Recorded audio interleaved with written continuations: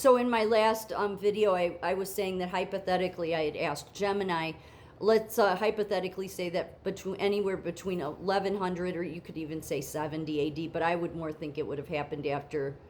But we don't know that John died either. Apostle John. But I said anywhere from 100 to 1100 was the millennial reign, okay?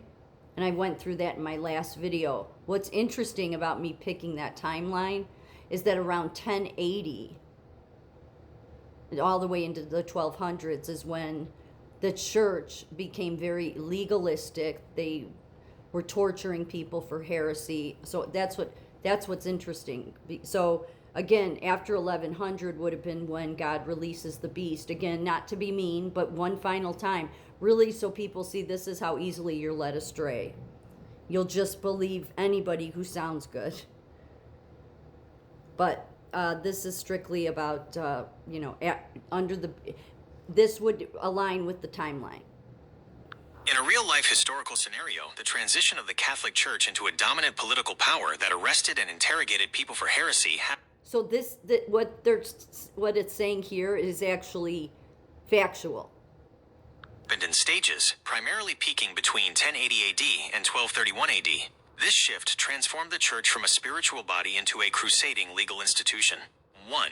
The power shift, the Gregorian Reform, 1073 to 1085 AD. Before this time, the church was largely decentralized and under the thumb of local kings. Pope Gregory VII changed everything. He claimed that the Pope had universal jurisdiction and was superior to all earthly kings.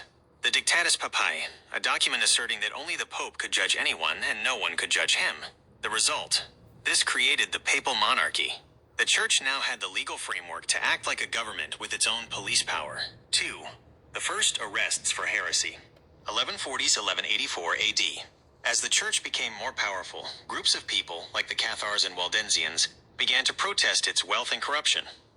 The church responded by defining heresy as a crime against the state. 1143 AD. The first recorded burning of heretics in Western Europe occurred in Germany. 1184 AD. Pope Lucius III issued the decree Ad Abolendum.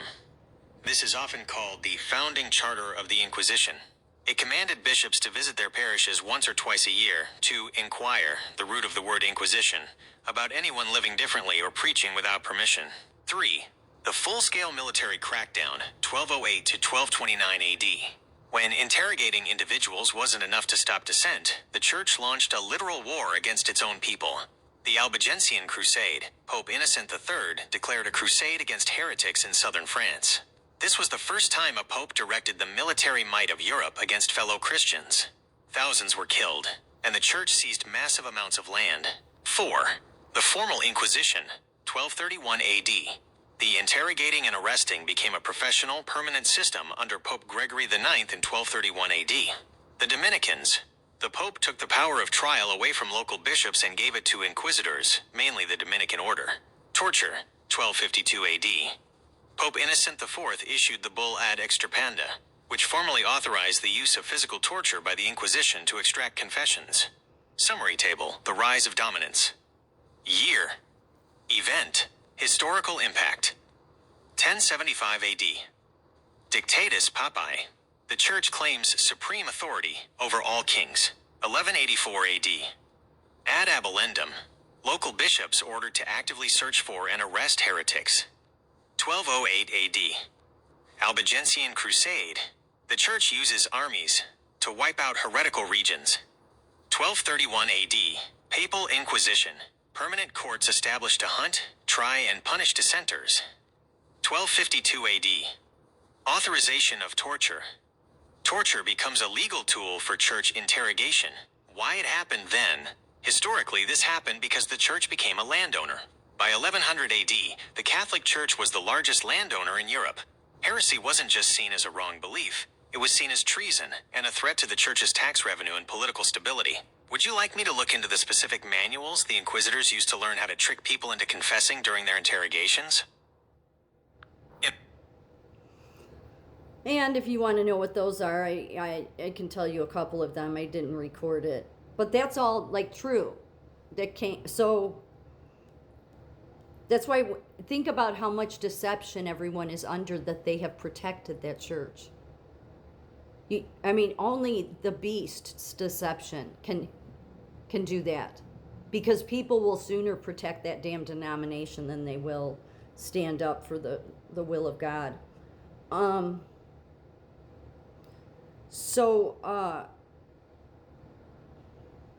To gain confessions, inquisitors relied on a series of specialized manuals that functioned as playbooks for psychological and legal entrapment. These books weren't just about torture, they were sophisticated guides on how to break a suspect's will through isolation, linguistic traps, and good cop, bad cop routines. Some of their tricks were such as inquisitors were taught how to counter evocation. When a suspect gives an answer that is technically true but spiritually misleading, they would use harsh imprisonment such as isolation, cold, and hunger, not as punishment, but as a tool to make the suspect view the inquisitor as a savior rather than a judge. And then there was a book written by that was called The Gold Standard for the Spanish Inquisitions. Here they use the double jeopardy loophole. The church law technically forbade torturing a person twice for the same charge. But the author they tricked this rule by instructing inquisitors to continue the first session days later, arguing it wasn't a new session but a prolongation. Psychological play suggested showing the suspect the instruments of torture beforehand, making loud noises with them while they prepare them, being very theatrical about it before even touching them. Though primarily a witch hunting guide, there's a book called, I don't know what the name of it was. It was written in 1486. Its interrogation sections are notoriously manipulative. It codified the idea that silence was not a right, but a sign of sorcery. Inquisitors would promise a suspect their life would be spared if they confessed, and then, once the confession was signed, have a different judge pass the death sentence to technically keep the promise. Bastards. It describes fiend agitation by attendants where they would pretend to take pity on the prisoner, leading them away to persuade them privately that confession was the only way to avoid the fire. There were official administrative manuals that standardized the secret nature of proceedings. So this was the church, okay? So just look at like that's the biggest denomination. The manual strictly forbade telling the accused who had denounced them or what specific evidence existed. This forced the suspect to guess their crime, often leading them to confess things the Inquisition didn't even know about. Bastards. These manuals essentially turned the courtroom into a psychological trap where the only way to end the mental or physical pressure was to provide the specific narrative the inquisitor wanted to hear. Yeah, all the church, Catholic Church, and yet look at how it's the biggest one. So can you see how there's no doubt we've been living under the most deceptive one? Because either people are absolutely, utterly stupid to keep going to that church. Think about it. Then you have the child abuse history with that. Or else it's because of the prince of the power of the air. Come soon, Jesus, come soon.